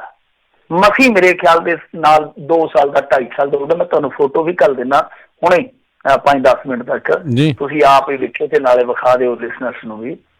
ਉਹ ਬੰਦਾ, ਉਹ ਵਿਅਕਤੀ ਹੈ ਜਿਹੜਾ ਲਈ ਜਾਂਦਾ ਆਪਣੇ ਬੱਚੇ ਨੂੰ, ਕੁਛੜ ਚੁੱਕਿਆ ਉਹਨੇ, ਇਹ ਡਾਂਗਾ ਮਾਰ ਰਿਹਾ ਤੇ ਉਹ ਆਪਣੇ ਬੱਚੇ ਨੂੰ ਬਚਾ ਰਿਹਾ, ਆਪਣੇ ਸਰੀਰ ਨੂੰ ਨਹੀਂ, ਕਿ ਮੇਰੇ ਬੱਚੇ ਨੂੰ ਡਾਂਗ ਨਾ ਵੱਜ ਜਾਵੇ। ਪਰ ਇਹ ਨਹੀਂ ਦੇਖ ਰਹੇ, ਇਹ ਨਹੀਂ ਦੇਖ ਰਹੇ। ਇਹ ਇਸੇ ਤਰ੍ਹਾਂ ਹੀ ਇਹ ਭੂਏ ਚੜੇ ਹੋਏ ਸੀਗੇ। ਫਾਇਰ ਬ੍ਰਿਗੇਡ ਦਾ ਕਾਮਾ ਮੁੰਡਾ, ਯਾਨੀ ਕਰਮਚਾਰੀ ਉਹਨਾਂ ਦਾ, ਉਹ ਜਾ ਰਿਹਾ, ਵੇਖੋ ਐਮਰਜੈਂਸੀ ਡਿਊਟੀ ਉਹਦੀ, ਪਾਸ ਵਿਖਾਇਆ ਉਹਨੇ ਅੰਮ੍ਰਿਤਸਰ, ਉਹਨੂੰ ਵੀ ਕੁੱਟ-ਕੁੱਟ ਕੇ ਦੂਰਾ ਕਰ ਦਿੱਤਾ ਇਹਨਾਂ ਨੇ, ਦੂਰਾ ਕਰ ਦਿੱਤਾ। ਫਿਰ ਹੋਇਆ ਕਿ ਰੌਲਾ ਪੈ ਗਿਆ। ਜਿਹੜੇ ਫਾਇਰ ਬ੍ਰਿਗੇਡ ਵਾਲੇ, ਉਹ ਵੀ ਤੁਹਾਨੂੰ ਪਤਾ ਉਹਨਾਂ ਦੀ ਇਕਜੁੱਟਤਾ ਵੀ ਬੜੀ ਹੁੰਦੀ ਆ, ਉਹਨਾਂ ਨੇ ਫਿਰ ਕੱਢਤਾ ਜਲੂਸ। ਤਾਂ ਅਖੀਰੀ ਹੋਇਆ ਕੀ ਆ ਕਿ ਸਰਕਾਰ ਨੂੰ ਉਹ ASI ਜਿਹੜਾ ਬੜਾ ਭੁਗਤ ਰਿਹਾ ਸੀ, ਉਹਨੂੰ ਸਸਪੈਂਡ ਕਰਨਾ ਪਿਆ, ਔਰ ਨਾਲ ਹੀ ਕੈਪਟਨ ਅਮਰਿੰਦਰ ਸਿੰਘ ਨੂੰ ਹੁਕਮ ਜਾਰੀ ਕਰਨੇ ਪਿਆ ਕਿ ਪੁਲਿਸ ਸੰਵੇਦਨਸ਼ੀਲ ਹੋਵੇ, ਇਹ ਕੰਮ ਨਹੀਂ ਚੱਲਣਾ। ਤੁਸੀਂ ਲੋਕਾਂ ਨੂੰ ਸਮਝਾਓ ਪਿਆਰ ਦੇ ਨਾਲ, ਲੋਕਾਂ ਨੂੰ ਤੁਸੀਂ ਇਸ ਤਰੀਕੇ ਨਾਲ ਟੈਕਲ ਕਰੋ ਕਿ ਲੋਕ ਇਹ ਨਾ ਵੇਖਣ ਕਿ ਪੁਲਿਸ ਜਿਹੜੀ ਉਹ ਸਾਡੀ ਦੁਸ਼ਮਣ ਬਣ ਗਈ ਆ ਤੇ ਹੁਣ ਅਸੀਂ ਜਿਹੜੇ ਆ ਇਹਨਾਂ ਦੇ ਗੁਲਾਮ ਆ। ਇਸ ਤਰ੍ਹਾਂ ਦਾ ਵਰਤਾਰਾ ਨਹੀਂ ਚੱਲਦਾ। ਦੇਖੋ, ਮੈਂ ਵਾਰ-ਵਾਰ ਕਹਿਣਾ ਕਿ ਪੁਲਿਸ ਦੇ ਕੋਲ ਇੱਕ ਮੌਕਾ ਸੀ, ਬਹੁਤ ਹੀ ਮੈਂ ਕੋਲ ਸੁਨਹਿਰੀ ਮੌਕਾ ਸੀਗਾ ਕਿ ਸਾਰੇ ਧੋਣੇ ਧੋ ਸਕਦੇ ਸਨ। ਪਰ ਕੀਤਾ ਕੀ, ਇਹਨਾਂ ਨੇ ਦਾਗ ਇੱਕ ਹੋਰ ਲਵਾ ਲਿਆ। ਹੁਣ ਜੇ ਉਸੇ ਹੀ ਗਰਭਵਤੀ ਨੂੰ ਇਹ ਗੱਲ ਕਹਿੰਦੇ ਕਿ ਭਾਈ ਤੁਸੀਂ ਇੱਥੇ ਬੈਠੋ, ਸਾਡੀ ਗੱਡੀ ਆਉਂਦੀ ਹੈ, ਐਂਬੂਲੈਂਸ ਸਕਦੇ ਆ, ਤੁਸੀਂ ਦੋਵੇਂ ਜੀ ਬੈਠੋ, ਸਾਡੇ ਬੱਚੇ ਹੋ ਤੁਸੀਂ, ਇਹ ਸਾਡੀ ਜ਼ਿੰਮੇਵਾਰੀ ਹੈ, ਕਰਫਿਊ 'ਚ ਤੁਹਾਨੂੰ ਹਸਪਤਾਲ ਖੜਾਂਗੇ, ਦਵਾਈ ਦਵਾ ਕੇ ਵਾਪਸ ਘਰ 'ਚ ਛੱਡਾਂਗੇ। ਜਾਂ ਮੁੰਡੇ ਨੂੰ ਕਹਿ ਦਿੰਦੇ ਕਿ ਭਾਈ ਤੂੰ ਨਹੀਂ ਜਾ ਸਕਦਾ, ਅਸੀਂ ਬੱਚੀ ਨੂੰ ਲਿਜਾਣੇ, ਸਾਡੀ ਵੀ ਧੀ ਹੈ, ਸਾਡੀ ਵੀ ਭੈਣ ਹੈ ਭਾਈ। ਤਾਂ ਅਸੀਂ ਸਾਰੇ ਹੁਣ ਪੁਲਿਸ ਨੂੰ ਸਲੂਟ ਮਾਰ ਰਹੇ ਹੁੰਦੇ, ਜਿਸ ਤਰ੍ਹਾਂ ਇਹ ਰੋਟੀਆਂ ਫੜਾ ਰਹੇ ਆ ਜਾ ਕੇ ਗਰੀਬਾਂ ਤੱਕ। ਤਾਂ ਅਸੀਂ ਕਹਿੰਦੇ ਕਿ ਯਾਰ ਆਹ ਪੁਲਿਸ ਦਾ ਕੰਮ ਆ। ਤਾਂ ਲੋਕਾਂ ਨੂੰ ਵੀ ਪਤਾ ਲੱਗਦਾ ਕਿ ਇਹ ਸਾਡੇ ਸਾਥੀ ਆ, ਸਾਡੇ ਸਹਿਯੋਗੀ ਆ, ਸਾਡੇ ਸੇਵਾਦਾਰ ਆ। ਤਾਂ ਇਸ ਤਰ੍ਹਾਂ ਇੱਕ ਬਹੁਤ ਵਧੀਆ ਰਿਸ਼ਤਾ ਜਿਹੜਾ ਉਹ ਬਿਲਡ ਹੁੰਦਾ। ਪਰ ਇਹਨਾਂ ਨੂੰ ਇਹਨਾਂ ਚੀਜ਼ਾਂ ਦੇ ਨਾਲ ਹੈ ਹੀ ਨਹੀਂ, ਤੌਫੀਕ ਹੀ ਹੈ ਨਹੀਂ ਗੀ। ਕਦੇ ਕਿਸੇ ਬੁੱਢੇ ਨੂੰ ਢਾ ਲਿਆ, ਇੱਕ ਵਿਚਾਰਾ ਟਾਂਕੇ ਲਵਾ ਕੇ, ਹੋਰ ਕਹਿੰਦਾ ਮੇਰੇ ਟਾਂਕੇ ਲੱਗੇ ਆ, ਰੱਬ ਦਾ ਵਾਸਤਾ ਵੇਖੋ, ਉਹਨੂੰ ਕੁੱਟੀ ਜਾਂਦੇ। ਸੋ ਇਹ ਬੋਲੇ ਹੋਏ ਪਏ ਆ। ਤਾਂ ਇਸ ਤਰ੍ਹਾਂ ਦੀ ਕਾਰਵਾਈ ਮੇਰੇ ਖਿਆਲ ਦੇ ਨਾਲ ਬਹੁਤ ਵਧੀਆ ਕਾਰਵਾਈ ਆ ਕਿ ਦੂਸਰਿਆਂ ਨੂੰ ਨਸੀਹਤ ਮਿਲੂਗੀ। ਹਾਂ, ਮੈਂ ਕਹਿੰਦਾ ਕਿ ਜੇ ਕੋਈ ਉਲੰਘਣ ਕਰਦਾ, ਕਰਫਿਊ ਕੋਈ ਹਾਦਸਾ ਨਹੀਂ ਹੈ, ਇਹਦੇ 'ਚ ਬਹੁਤ ਪਾਵਰਾਂ ਹੁੰਦੀਆਂ ਮੈਜਿਸਟਰੇਟ ਕੋਲ, ਠੀਕ ਹੈ ਨਾ। ਇਹ ਨਹੀਂ ਹੈ ਕਿ ਕੋਈ ਹਾਦਸਾ ਮਜ਼ਾਕ ਚੱਲ ਰਿਹਾ। ਪਰ ਇਹ ਹੈ ਕਿ ਜਿਹੜਾ ਕੋਈ ਬੰਦਾ ਇਸ ਤਰ੍ਹਾਂ ਆਵਾਗੋਨੀ ਤੁਰਿਆ ਫਿਰਦਾ ਸਿਰ ਤੇ ਸਿਰਫ ਆਪਦੀ ਮਸਤੀ ਵਾਸਤੇ, ਉਹਨੂੰ ਤੁਸੀਂ ਜਿਸ ਤਰ੍ਹਾਂ ਮਰਜ਼ੀ ਕਰੋ, ਫਾਈਨ ਕਰੋ, ਉਹਨੂੰ ਜੇਲ੍ਹ ਕਰੋ, ਜੋ ਮਰਜ਼ੀ ਕਰੋ, ਸਾਰੇ ਸਵਾਗਤ ਕਰਨਗੇ। ਪਰ ਜਿਹੜਾ ਬੰਦਾ ਜਿਹਨਾਂ ਨੂੰ ਤੁਸੀਂ ਆਪ ਹੀ ਕਹਿੰਦੇ ਹੋ ਕਿ ਐਮਰਜੈਂਸੀ 'ਚ ਤੁਸੀਂ ਨਿਕਲ ਸਕਦੇ ਹੋ, ਤਾਂ ਫਿਰ ਤਾਂ ਦੂਜਿਆਂ ਨੂੰ ਤਾਂ ਭਾਈ ਜਾਣ ਦਿਓ ਨਾ ਤੁਸੀਂ। ਜੀ ਬਿਲਕੁਲ। ਇਹਨਾਂ ਦਾ ਜਿਹੜਾ ਕੰਮ, ਜਿਹੜਾ ਉੱਥੇ ਜੱਜ ਬਣ ਕੇ ਸਜ਼ਾ ਸੁਣਾਉਣ ਦਾ ਥੋੜ੍ਹੀ ਹੈਗਾ, ਉਹ ਕੰਮ ਤਾਂ ਜਿਹੜੇ ਦੂਜਿਆਂ ਦੇ ਕੋਲ ਆ। ਇਹਨਾਂ ਨੇ ਤਾਂ ਜਿਹੜੇ ਆ ਉਹਨਾਂ ਨੂੰ ਮਨਾਉਣਾ ਆ। ਪਰ ਇਹ ਡੰਡੇ ਵਾਲਾ ਕੰਮ ਖਰਾਬ ਆ ਆਲਰੇਡੀ, ਜਿੱਦਾਂ ਤੁਸੀਂ ਵੀ ਦੱਸਿਆ ਵੀ ਇਹਨਾਂ ਦੇ ਉੱਤੇ ਇੱਕ ਹੋਰ ਦਾਗ ਹੀ ਜਿਹੜਾ ਉਹ ਲੱਗਾ ਹੈਗਾ ਆ। ਅਗਲੀ ਜਿਹੜੀ ਆਪਾਂ ਮਿੰਟੂ ਜੀ ਗੱਲ ਕਰਦੇ, ਕਹਿੰਦੇ ਪੰਜਾਬ ਦੇ ਵਿਧਾਇਕਾਂ ਤੱਕ ਨੂੰ ਜਾਰੀ ਨਹੀਂ ਹੋਏ ਕਰਫਿਊ ਪਾਸ। ਆ ਦੇਖ ਲਓ ਹੁਣ ਕਾਰਕਰਦਗੀ ਇਹਨਾਂ ਦੀ। ਇਹ ਕਹਿੰਦੇ ਆ ਕਿ ਜੀ ਅਸੀਂ ਸਾਰਾ ਕੁਛ ਆਨਲਾਈਨ ਕਰ ਰੱਖਿਆ, ਬਸ ਤੁਸੀਂ ਇੱਕ ਕਾਲ ਕਰੋ, ਨਾਲ ਦੀ ਨਾਲ ਤੁਹਾਨੂੰ ਪਾਸ ਮਿਲ ਜਾਏਗਾ, ਤੁਹਾਨੂੰ ਇੱਕ ਸੇਫ ਪੈਸੇਜ ਮਿਲ ਜਾਏਗਾ, ਜਿੱਧਰ ਮਰਜ਼ੀ ਤੁਸੀਂ ਤੁਰੇ ਜਾਓ, ਪਰਮਿਟ ਕਰ ਦਿਆਂਗੇ ਤੁਹਾਨੂੰ। ਪਰ ਹੋ ਕੀ ਰਿਹਾ ਕਿ ਇਹਨਾਂ ਦੇ ਆਪਣੇ ਜਿਹੜੇ ਵਿਧਾਇਕ ਆ ਉਹ ਚੰਡੀਗੜ੍ਹ ਦੇ ਵਿੱਚ ਇਕੱਠੇ ਹੋ ਕੇ ਮੀਟਿੰਗਾਂ ਕਰਦੇ ਪਏ ਆ, ਪਰ ਉਹਨਾਂ ਨੂੰ ਪਾਸ ਨਹੀਂ ਮਿਲ ਰਹੇ। ਹੁਣ ਦੇਖੋ ਸਿਆਸਤਦਾਨਾਂ ਦੀ ਕੀ ਸਮੱਸਿਆ ਹੈ, ਲੋਕਾਂ ਨੇ ਜਿਹੜਾ ਹੈ ਨਾ ਬਹੁਤ ਹੱਦ ਤੱਕ ਵੇਖਣਾ ਹੁੰਦਾ ਕਿ ਸਾਡਾ ਨੁਮਾਇੰਦਾ ਜੀ ਉਹ ਸਾਡੇ ਵਿੱਚ ਹੈ ਜਾਂ ਨਹੀਂ ਹੈ। ਉਹਨਾਂ ਨੂੰ ਕਰਫਿਊ ਦੇ ਨਾਲ ਜਾਂ ਮੌਜੂਦਾ ਹਾਲਾਤ ਆ ਜਿਹੜੇ, ਉਹਨਾਂ ਦੇ ਨਾਲ ਬਹੁਤਾ ਕੋਈ ਸਰੋਕਾਰ ਨਹੀਂ ਹੁੰਦਾ। ਉਹਨਾਂ ਨੇ ਵੇਖਣਾ ਕਿ ਵੋਟ ਪਾਈ ਸੀ ਜੀ, ਸਾਡੀ ਤਕਲੀਫ 'ਚੋਂ ਬੌੜਿਆ ਕਿ ਨਹੀਂ। ਤਾਂ ਇਸ ਗੱਲ ਦੀ ਚਿੰਤਾ ਉਹਨਾਂ ਲੋਕਾਂ ਨੂੰ ਵੀ ਹੁੰਦੀ ਆ ਜਿਨ੍ਹਾਂ ਨੇ ਦੁਬਾਰਾ ਫੇਰ ਵੋਟਰਾਂ ਦੇ ਬਰੂਹਾਂ ਤੇ ਜਾ ਕੇ ਖਲੋਣਾ ਹੁੰਦਾ। ਸੋ ਇਸ ਕਰਕੇ ਚਿੰਤਤ ਨੇ ਕਿ ਭਾਈ ਅਸੀਂ ਵੀ ਲੋਕਾਂ ਦੇ ਵਿੱਚ ਜਾਈਏ। ਘੱਟੋ ਘੱਟ ਹੁਣ ਦੇਖੋ ਨਾ, ਪੁਲਿਸ ਵਾਲੇ ਲੋਕਾਂ ਦੀ ਜਦੋਂ ਸੇਵਾ ਕਰਦੇ ਆ, ਜਾਨੀ ਰੋਟੀ ਟੁੱਕ ਦੇ ਰਹੇ ਆ, ਇੱਥੇ ਇਹ ਆ ਕਿ ਜਿੱਦਾਂ ਹੁਣ ਡਿੰਪੀ ਢਿੱਲੋਂ ਗਿੱਦੜਵੇ ਵਾਲਾ, ਉਹ ਵੀ ਮੈਦਾਨ 'ਚ ਉਤਰਿਆ ਪਿਆ ਗਿੱਦੜਵੇ, ਉਹ ਵੀ ਰੋਟੀ ਟੁੱਕ ਜਿਹੜਾ ਗਰੀਬਾਂ ਤੱਕ ਪਹੁੰਚਾ ਰਿਹਾ। ਅਕਾਲੀ ਆਪਣੇ ਪੱਧਰ ਤੇ ਲੱਗ ਗਏ। ਤਾਂ ਹੁਣ ਕਾਂਗਰਸੀਆਂ ਨੂੰ ਇਸ ਚੀਜ਼ ਦਾ ਕਿਤੇ ਨਾ ਕਿਤੇ ਸੰਸਾ ਹੈਗਾ ਕਿ ਜੇ ਅਸੀਂ ਮੌਜੂਦਾ ਵਿਧਾਇਕ ਹੋ ਕੇ ਪਿੱਛੇ ਰਹਿ ਜਾਂਦੇ ਹਾਂ, ਅਸੀਂ ਆਪਣੇ ਇਲਾਕੇ 'ਚ ਦਿਸਦੇ ਹੀ ਕੋਈ ਨਹੀਂ, ਤਾਂ ਫਿਰ ਆਉਣ ਵਾਲੇ ਸਮੇਂ 'ਚ ਸਾਡੇ ਵਾਸਤੇ ਜਿਹੜਾ ਮਾਮਲਾ ਉਹ ਗੜਬੜਾ ਜਾਏਗਾ। ਸੋ ਇਸੇ ਕਰਕੇ ਹੀ ਇਹ ਕਹਿ ਰਿਹਾ ਕਿ ਸਾਨੂੰ ਜਲਦੀ ਤੋਂ ਜਲਦੀ ਪਾਸ ਮੁਹੱਈਆ ਕਰਾਓ। ਇਹਦੇ ਵਿੱਚ ਕਾਫੀ ਵਿਧਾਇਕ ਕੁਲਦੀਪ ਸਿੰਘ ਜੀਰਾ ਵਰਗੇ, ਤਾਂ ਇਹ ਦੇਖ ਲਓ ਹੁਣ ਕਿ ਵਿਧਾਇਕਾਂ ਨੂੰ ਵੀ ਸੰਘਰਸ਼ ਕਰਨਾ ਪੈ ਰਿਹਾ। ਤਾਂ ਹੋਣਾ ਕੀ ਚਾਹੀਦਾ, ਜਿੱਦਾਂ ਦੇਖੋ ਦਿੱਲੀ ਤੋਂ ਬਹੁਤ ਕੁਝ ਸਿੱਖ ਸਕਦੇ ਸਨ। ਇਹ ਦਿੱਲੀ ਵਾਲਿਆਂ ਨੇ ਕੀ ਕੀਤਾ ਕਿ ਈ ਪਾਸ ਦਾ ਜਿਹੜਾ ਨਾ ਉਹ ਬਣਾਇਆ ਹੋਇਆ, ਈ ਪਾਸ ਦਾ ਕੰਸੈਪਟ ਉਹਨਾਂ ਦੇ ਕੋਲ ਬਹੁਤ ਵਧੀਆ। ਇੱਕ ਹੋਰ ਪ੍ਰਦੇਸ਼ ਨੇ ਵੀ ਸ਼ਾਇਦ ਇਸ ਤਰ੍ਹਾਂ ਕੀਤਾ ਹੋਇਆ। ਉਹਦੇ ਵਿੱਚ ਕੀ ਆ, ਦਿੱਲੀ ਵਾਲਾ ਕੰਸੈਪਟ ਕੀ ਆ ਕਿ ਉਹਨਾਂ ਨੇ ਇੱਕ WhatsApp ਨੰਬਰ ਦਿੱਤਾ, ਤੁਸੀਂ ਉਸ WhatsApp ਨੰਬਰ ਤੇ ਡਾਕੂਮੈਂਟ ਭੇਜਣੇ ਆ, ਜੋ ਵੀ ਹੈ, ਜੋ ਰਿਕੁਆਇਰਮੈਂਟ ਹੈ, ਤੁਸੀਂ ਆਪਣਾ ਇੱਕ ਕਾਰਨ ਦੇਣਾ ਉਹਨਾਂ ਨੂੰ ਕਿ ਭਾਈ ਇਹਦੇ ਵਾਸਤੇ ਮੈਨੂੰ ਇਹ ਜਿਹੜਾ ਨਾ ਉਹ ਪਾਸ ਚਾਹੀਦਾ, ਕਰਫਿਊ ਪਾਸ। ਤਾਂ ਉਹ ਪਾਸ ਜਿਹੜਾ ਜਦੋਂ ਉਹ ਸਾਰਾ ਵੈਰੀਫਾਈਡ ਹੋ ਜਾਂਦਾ ਕਿ ਠੀਕ ਹੈ, ਰੀਜ਼ਨ ਵੀ ਜੋ ਦਿੱਤਾ ਗਿਆ, ਕਾਰਨ ਵੀ ਜੋ ਦਿੱਤਾ ਗਿਆ ਉਹ ਸਹੀ ਹੈ, ਸਪਸ਼ਟ ਆ, ਤੇ ਡਾਕੂਮੈਂਟ ਵੀ ਜਿਹੜੇ ਆ ਉਹ ਠੀਕ ਆ, ਵੈਲਿਡ ਨੇ, ਤਾਂ ਫਿਰ ਨਾਲ ਦੀ ਨਾਲ ਪਾਸ ਜਿਹੜਾ ਆ ਉਹ ਤੁਹਾਡੇ ਕੋਲ ਆ ਜਾਂਦਾ। ਉਹਨੂੰ ਕਹਿੰਦੇ ਆ ਈ ਪਾਸ। ਤੇ ਜੇ ਉਹ ਅਪਣਾ ਸਕਦੇ ਇਸ ਤਰ੍ਹਾਂ ਦੀ ਵਿਧੀ, ਤੇ ਇਹਨਾਂ ਨੂੰ ਕੀ ਹੋਇਆ, ਤਾਂ ਸਿੱਖ ਲੈਣਾ ਚਾਹੀਦਾ, ਦਿੱਲੀ ਵਾਲਿਆਂ ਤੋਂ ਸਿੱਖ ਲੈਣਾ ਚਾਹੀਦਾ ਕਿ ਉਹ ਕਿਸ ਤਰ੍ਹਾਂ ਕੰਮ ਕਰਦੇ ਪਏ ਆ। ਉਹਨਾਂ ਦੀ ਪੁਲਿਸ ਨੇ, ਬੇਸ਼ੱਕ ਦਿੱਲੀ ਪੁਲਿਸ ਦੀ ਆਲੋਚਨਾ ਵੀ ਬੜੀ ਹੁੰਦੀ ਆ, ਕੇਂਦਰ ਦੇ ਕੋਲ ਸਾਰਾ ਹੈਗਾ ਅਧਿਕਾਰ ਖੇਤਰ, ਉਹ ਤਾਂ ਦਿੱਲੀ ਪੁਲਿਸ ਨੇ ਇੱਥੋਂ ਤੱਕ ਕਹਿ ਦਿੱਤਾ, ਮੈਂ ਕਿਹਾ ਬੰਦਿਆਂ ਦੀ ਤਾਂ ਗੱਲ ਹੀ ਛੱਡੋ, ਬੰਦਿਆਂ ਤੱਕ ਭੋਜਨ, ਦੁੱਧ, ਸਬਜ਼ੀਆਂ, ਚਾਹ ਦੇ ਕੇ ਸਭ ਕੁਝ ਜਾਣਾ ਹੀ ਆ, ਇੰਟਰਨੈਟ, ਮੋਬਾਈਲ, ਸਾਡੀ ਗਰੰਟੀ, ਅਸੀਂ ਰੁਕਣ ਹੀ ਨਹੀਂ ਦੇਣਾ। ਨਾਲ ਉਹਨਾਂ ਨੇ ਆਖਿਆ ਅਸੀਂ ਡੰਗਰ ਵੀ ਭੁੱਖੇ ਨਹੀਂ ਮਰਦੇ ਨੇ, ਜੋ ਦਿੱਲੀ 'ਚ ਡੰਗਰ ਆ ਉਹਨਾਂ ਦਾ ਚਾਹ ਜਿਹੜਾ ਉਹ ਵੀ ਨਿਰਵਿਘਨ ਜਾਊਗਾ। ਤਾਂ ਸਾਡੇ ਵਾਲੇ ਹੁਣ ਸੋਚ ਰਹੇ ਆ ਕਿ ਕਿਸ ਤਰ੍ਹਾਂ ਅਸੀਂ ਸਪਲਾਈ ਲਾਈਨ ਜਿਹੜੀ ਆ ਬਹਾਲ ਕਰਨੀ ਆ।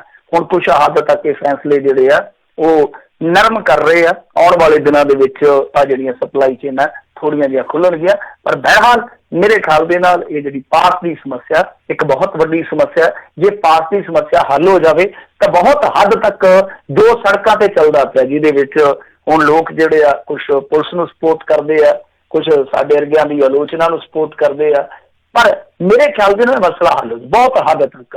ਫਿਰ ਉਹ ਨਸ਼ੇ ਪੱਤੇ ਦੇ ਟੁੱਟੇ ਮਾਰੇ ਉਹ ਨਿਕਲਣਗੇ, ਜਾਂ ਫਿਰ ਉਹ ਨਿਕਲਣਗੇ ਜਿਨ੍ਹਾਂ ਦਾ ਕੰਮ ਹੀ ਇਹ ਆ ਕਿ ਦੋ ਪਹੀਆਂ ਵਿਸਰ ਗਈਆਂ, ਧੰਨ ਮੇਰਾ ਸਰੀਰ ਜਿਹਨੇ ਚੱਲ ਗਈਆਂ। ਜੀ ਜੀ ਜੀ।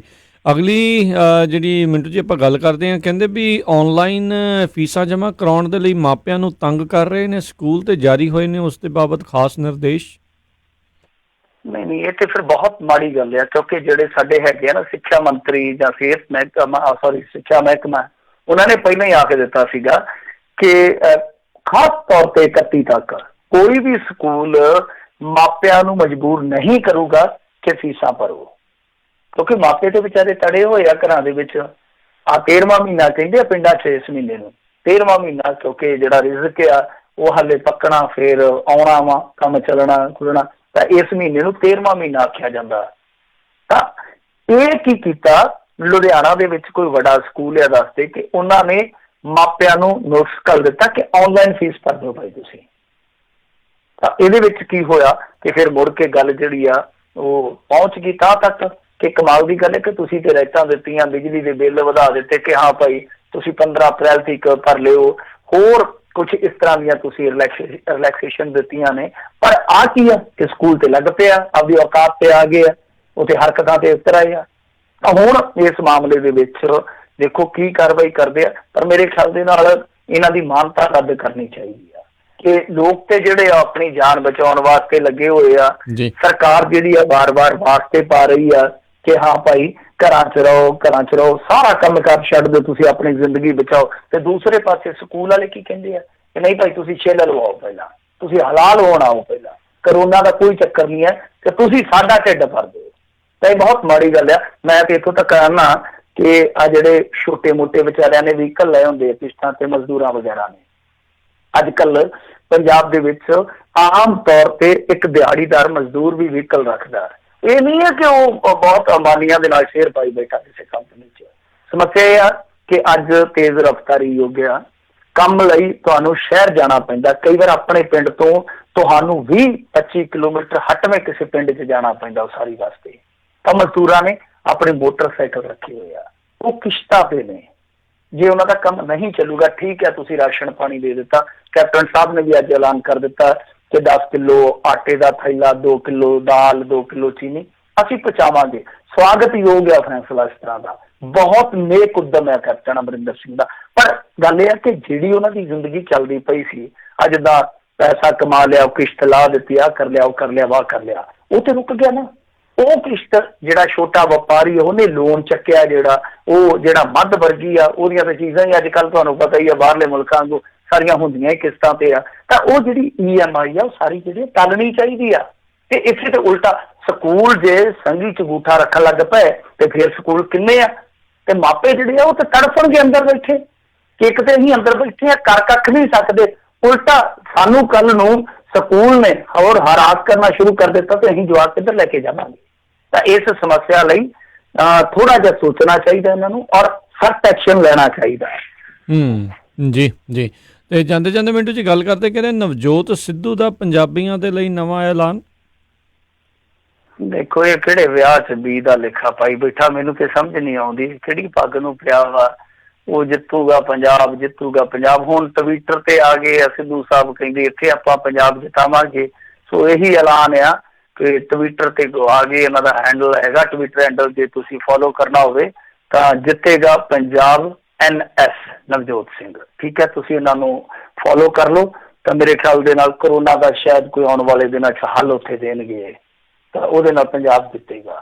ਤਾਂ ਮੈਨੂੰ ਸਮਝ ਨਹੀਂ ਆ ਰਹੀ, ਉਹ ਚੈਨਲ ਬਣਾ ਕੇ ਉੱਥੇ ਟੋਟਕੇ ਜੇ ਗਾਈ ਜਾਂਦੇ ਆ। ਹੁਣ ਇਹਨਾਂ ਨੇ ਟਵਿੱਟਰ ਵਾਲਾ ਨਵਾਂ ਸ਼ਗੂਫਾ ਛੱਡ ਦਿੱਤਾ। ਕਹਿਣ ਦਾ ਭਾਵ ਇਹ ਆ ਕਿ ਤੁਸੀਂ ਘੱਟੋ ਘੱਟ ਚਲੋ ਠੀਕ ਆ, ਰਾਜਨੀਤਿਕ ਲੋਕ ਜਿਹੜੇ ਆ ਰਾਜਨੀਤੀ ਕਰਦੇ ਆ, ਉਹਨਾਂ ਨੇ ਹੋਰ ਕਿਹੜਾ ਕੋਈ ਉੱਥੇ ਮੰਤਰ ਮਾਰਨਾ ਵਾ। ਪਰ ਗੱਲ ਇਹ ਆ ਕਿ ਤੁਸੀਂ ਮੌਕੇ ਦੀ ਨਜ਼ਾਕਤ ਤੇ ਵੇਖੋ ਨਾ, ਤੁਸੀਂ ਕਿੱਧਰ ਨੂੰ ਤੁਰੇ ਫਿਰਦੇ ਹੋ। ਤੁਸੀਂ ਘੱਟੋ ਘੱਟ ਲੋਕਾਂ 'ਚ ਯਾਰ ਕੋਈ ਜੋਸ਼ ਭਰੋ ਆਪਣੇ ਇਲਾਕੇ ਦੇ ਵਿੱਚ। ਜੇ ਕੋਈ ਗਰੀਬ ਗੁਰਬਾ ਦੀ ਹੈਲਪ ਕਰੋ, ਵਾਧੂ ਤੁਹਾਨੂੰ ਦਿੱਤਾ ਪਰਮਾਤਮਾ ਨੇ, ਤਾਂ ਲੋਕਾਂ ਨੂੰ ਮੋਟੀਵੇਟ ਤੇ ਕਰ ਲਓ। ਘੱਟੋ ਘੱਟ ਜਿਹੜੇ ਤੁਹਾਡੇ ਫੋਲੋਅਰ ਹੈ ਕਿ ਹਾਂ ਭਾਈ ਤੁਹਾਡੇ ਲਾਗੇ ਪਾਸੇ ਜੇ ਕੋਈ ਲੋੜਵੰਦ ਆ ਤੇ ਤੁਸੀਂ ਉਹਦੀ ਇਮਦਾਦ ਕਰੋ। ਯਾਰ ਇਹਨਾਂ ਤੇ ਕਰ ਸਕਦੇ ਆ ਨਾ। ਤਾਂ ਮੇਰੇ ਖਿਆਲ ਦੇ ਨਾਲ ਨਵਜੋਤ ਸਿੰਘ ਸਿੱਧੂ ਦੀਆਂ ਅੱਗੇ ਵੀ ਹਰਕਤਾਂ ਨੋਟ ਕੀਤੀਆਂ ਲੋਕਾਂ ਨੇ, ਜਿਸ ਤਰ੍ਹਾਂ ਕਸ਼ਮੀਰ ਇਹਨਾਂ ਨੇ ਤਾੜ ਕੇ ਰੱਖਿਆ ਹੋਇਆ, ਉਹਦੇ ਤੇ ਕਦੇ ਨਵਜੋਤ ਸਿੰਘ ਸਿੱਧੂ ਨਹੀਂ ਬੋਲਿਆ। 370 ਜਦੋਂ ਮਨਸੂਖ ਕੀਤੀ ਗਈ ਉਦੋਂ ਨਹੀਂ ਬੋਲਿਆ, ਜਦੋਂ ਸ਼ਹੀਨ ਬਾਗ 'ਚ ਮੋਰਚਾ ਲੱਗਿਆ ਉਦੋਂ ਨਹੀਂ ਬੋਲਿਆ, CA ਤੇ ਨਹੀਂ ਬੋਲਿਆ, ਕਦੇ ਮਹੱਤਵਪੂਰਨ ਮੁੱਦਿਆਂ ਤੇ ਨਵਜੋਤ ਸਿੰਘ ਸਿੱਧੂ ਨਹੀਂ ਬੋਲਿਆ। ਲੋਕ ਫੇਰ ਵੀ ਨਹੀਂ ਬੋਲਦੇ ਕਿ ਚਲੋ ਉਹ ਸਾਡੇ ਪੰਜਾਬ ਲਈ ਬੋਲਦਾ। ਪਰ ਅੱਜ ਦਾ ਮੌਕਾ ਹੈ ਨਾ ਕਿ ਤੁਸੀਂ ਇਸ ਤਰ੍ਹਾਂ ਦੀ ਰਾਜਨੀਤੀ ਛੱਡ ਕੇ ਕਿ ਆਹ ਹੋ ਗਿਆ, ਵਾਹ ਹੋ ਗਿਆ, ਸਭ ਲੋਕਾਂ ਨੂੰ ਪਤਾ ਇਹਦੇ ਵਾਸਤੇ ਬਹੁਤ ਟਾਈਮ ਆ, ਤੁਸੀਂ ਰਾਜਨੀਤੀ ਕਰੀ ਚੱਲੋ। ਬਹਰਹਾਲ ਜੋ ਇਸ ਵੇਲੇ ਇੱਕ ਸੰਕਟ ਹੈ ਪੂਰੀ ਦੁਨੀਆ ਤੇ, ਤੁਸੀਂ ਉਹਦੇ ਤੇ ਗੱਲ ਕਰੋ। ਜੋਨੇ ਤੁਹਾਡੇ ਫੋਲੋਅਰ ਹੈ ਘੱਟੋ ਘੱਟ ਉਹਨਾਂ ਨੂੰ ਤਿਆਰ ਕਰੋ ਲੜਾਈ ਵਾਸਤੇ ਕਿ ਹਾਂ ਭਾਈ ਤੁਹਾਡੇ ਲਾਗੇ ਪਾਸੇ ਜੇ ਤੁਸੀਂ ਕਰ ਸਕਦੇ ਹੋ, ਜਿੰਨਾ ਵੀ ਕਰ ਸਕਦੇ ਕਿਤੇ ਆਪ ਸੇਫ ਰਹੋ। ਤਾਂ ਜੇ ਕਿਸੇ ਗਰੀਬ ਗੁਰਬੇ ਦੀ ਤੁਸੀਂ ਕੋਈ ਥੋੜੀ ਬਹੁਤੀ ਹੈਲਪ ਕਰ ਸਕਦੇ ਹੋ, ਠੀਕ ਹੈ, ਇਹਨਾਂ ਨੂੰ ਇਹੋ ਜਿਹਾ ਸੰਦੇਸ਼ ਦੇਣਾ ਚਾਹੀਦਾ। ਜੀ ਜੀ। ਤੇ ਮਿੰਟੂ ਜੀ ਬਹੁਤ ਬਹੁਤ ਤੁਹਾਡਾ ਧੰਨਵਾਦ ਕਰਦੇ ਹਾਂ, ਤੁਸੀਂ ਸਾਡੇ ਨਾਲ ਜੁੜੇ, ਇਹਨਾਂ ਖਬਰਾਂ ਬਾਰੇ ਜਾਣਕਾਰੀ ਦਿੱਤੀਆਂ। ਅਗਲੀ ਵਾਰ ਤੱਕ ਲਈ ਬੜੀ ਮਿਹਰਬਾਨੀ। ਪਿਆਰ ਭਰੀ ਸਤਿ ਸ਼੍ਰੀ ਅਕਾਲ ਜੀ। ਸਤਿ ਸ੍ਰੀ ਅਕਾਲ ਜੀ। ਜੀ ਤੇ ਸਰੋਤਿਓ ਇੱਥੇ ਸਾਡਾ ਅੱਜ ਦਾ ਇਹ ਪ੍ਰੋਗਰਾਮ ਸਮਾਪਤ ਹੈ। ਮਿਲਦੇ ਹਾਂ ਅਗਲੀ ਵਾਰ, ਉਦੋਂ ਤੱਕ ਲਈ ਮੇਰੇ ਵੱਲੋਂ ਪਿਆਰ ਭਰੀ ਨਿੱਘੀ ਸਤਿ ਸ਼੍ਰੀ ਅਕਾਲ। ਜਿੰਦੇ ਵਾਸਤੇ ਰਹੋ, ਹੱਸਦੇ ਖੇਲਦੇ ਰਹੋ, ਸੁਣਦੇ ਰਹੋ ਪੰਜਾਬੀ ਰੇਡੀਓ USA।